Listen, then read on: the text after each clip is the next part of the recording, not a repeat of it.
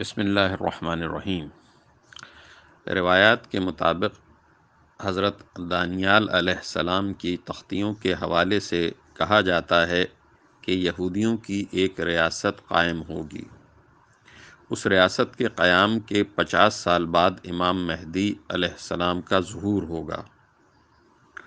اگر ہم اس اسرائیلی صہیونی ریاست کو یہ تسلیم کریں، اس قسم کی ریاست، تو اس کا قیام 1946-47 میں عمل میں آیا۔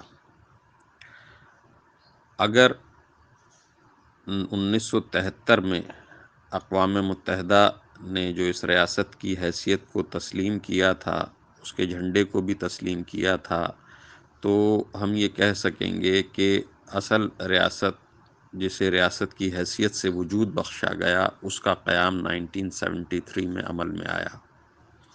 اگر ایسا مان لیا جائے تو 2023 میں اس کے 50 سال پورے ہوتے ہیں۔ تو ایک گمان یہ کیا جا سکتا ہے کہ حضرت امام مہدی علیہ السلام کا ظہور 2024 میں ہو سکتا ہے یا ہوگا۔ نسائی میں جس غزوے کی نشاندہی کی گئی ہے، جس میں امام مہدی کی ایک جماعت خراساں سے نکل کر مشرقی علاقے پر برسر پیکار ہوگی، تو حالیہ جو خبریں آ رہی ہیں وہ اس کا پیش خیمہ ثابت ہو سکتی ہیں۔ غور کرنے کی بات یہ ہے کہ کرونا کا ڈرامہ 2024 میں ختم ہو جائے گا۔ اس پر باقاعدہ ڈیبیٹس کا آغاز ہو چکا ہے۔ اسی طرح بھارت میں ہندو راشٹر کا آفیشیل اعلان بھی غالباً نیکسٹ ایئر ہی متوقع ہے، اور اس سے ایک سال قبل یعنی 2023 میں ترکی پر سے پابندی بھی ہٹا لی جائے گی، جس کا واضح مطلب ہے کہ ترکی پر جنگ مسلط کر دی جائے گی۔ اس کے نتیجے میں قسطنطنیہ کفار کے قبضے میں جا سکتا ہے، اور سعودی بادشاہ کی وفات کی یہ روایت رہی ہے کہ عموماً وہ 90 سال کے آس پاس ہی فوت ہوتے ہیں، اور اس وقت موجودہ بادشاہ شاہ سلمان کی عمر 86 سال ہے۔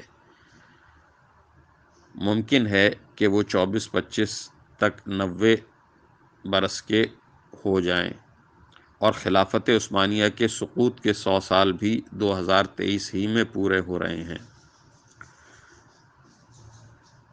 عرب کے ایک عالم ہیں شیخ صادق المقلسی المرانی، انہوں نے 2024 کے قریب ہی امام مہدی کے ظہور کی بات کہی تھی۔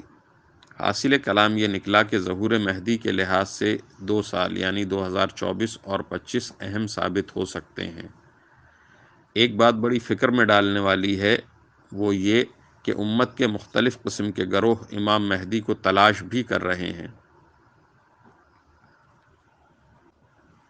نیز یہ بھی بات کہی جا رہی ہے کہ مختلف جہادی گروہ، مختلف جہادی تنظیمیں، ان کے لیڈران یا ان کے کئی اہم افراد امام مہدی کی قیادت کے متلاشی ہیں۔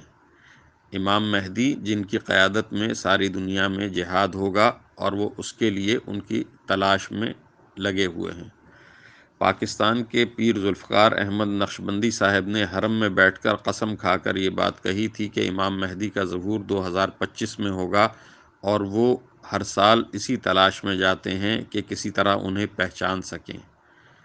ایک بات اور بڑے مزے کی، وہ یہ کہ مولانا سجاد نعمانی صاحب کا ایک بیان تھا جس میں حضرت نے سورہ کہف کی تفسیر میں بڑا عجیب نکتہ پیش کیا۔ فرمایا کہ اللہ نے دجال کے فتنوں کا ذکر سورہ کہف میں کیا ہے، اور سورہ کہف 15ویں پارے کے نصف سے شروع ہوتی ہے۔ اس سے معلوم ہوا کہ دجال کا خروج 15ویں صدی کے نصف پر ہوگا۔ آگے فرمایا کہ 16واں پارہ شروع ہوتے ہوتے دجال کا ذکر ختم ہو جاتا ہے، جس سے معلوم ہوا کہ 16ویں صدی سے قبل ہی یہ فتنہ ختم ہو جائے گا۔